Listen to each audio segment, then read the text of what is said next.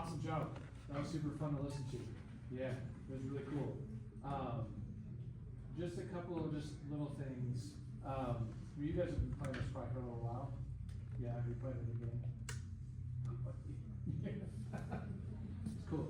One thing to be aware of, I mean, you guys do a really good job of playing the loud stuff. For us drummers and percussionists, that's super fun to do.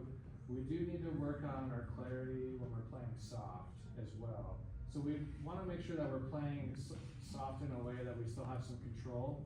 So we don't want to feel like we're playing on eggshells all the time. So just be aware of that if you're like, and especially when you get nervous and your hands will shake and it's hard to play soft. So just play just a tiny bit louder so there's some clarity there. I think one thing in general that would make this thing groove even more is on all these mallet licks, like letter, you guys have music in front of you, like letter L through like N, we have these if we could bring those accents out, it would make it sound less whatever, I don't judge my singing. But putting that accent in there will be super cool. Anyway, we don't have time to like actually rep that, but that'll make those lines, I think, feel a lot better and be more interesting to listen to. Cool. One of those things you could do that to increase that level of control, particularly in the woods.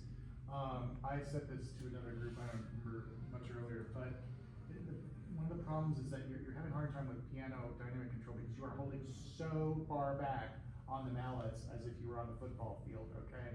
You need to be choking up like 1/3 of the way up in order to affect a softer dynamic level. There's just too much torque that you're trying to cut down. So you need to be like kind of up here a little bit to try and do that. It's like all four of you guys are doing the same thing, okay? You can talk to Brandon about it, and Brandon knows me and what I think about that. And like there's times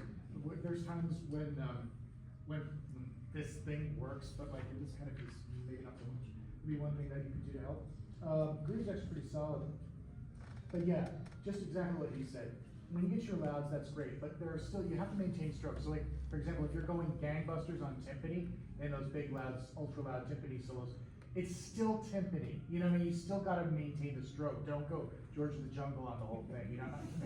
but I mean, don't do that because it just becomes like, the sound ends up getting distended. It just becomes too much chaos and not like cool anymore. Like there's a line where it's good, and if you cross that line, then it's like less good. So try and find that threshold. And then also, stroke, yes, we mentioned that. Oh yeah, and then just the most obvious thing, and I know you're being sensitive to this, and I know you all know this, but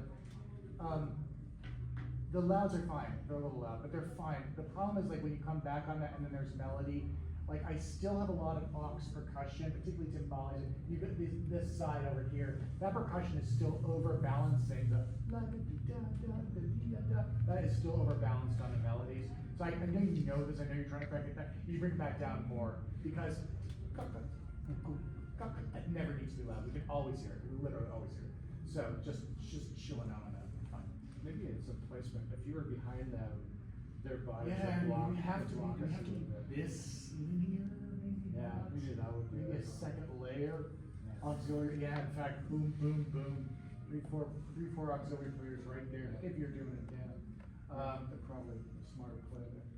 Thanks so much, you guys. Great to see you. Good to see you.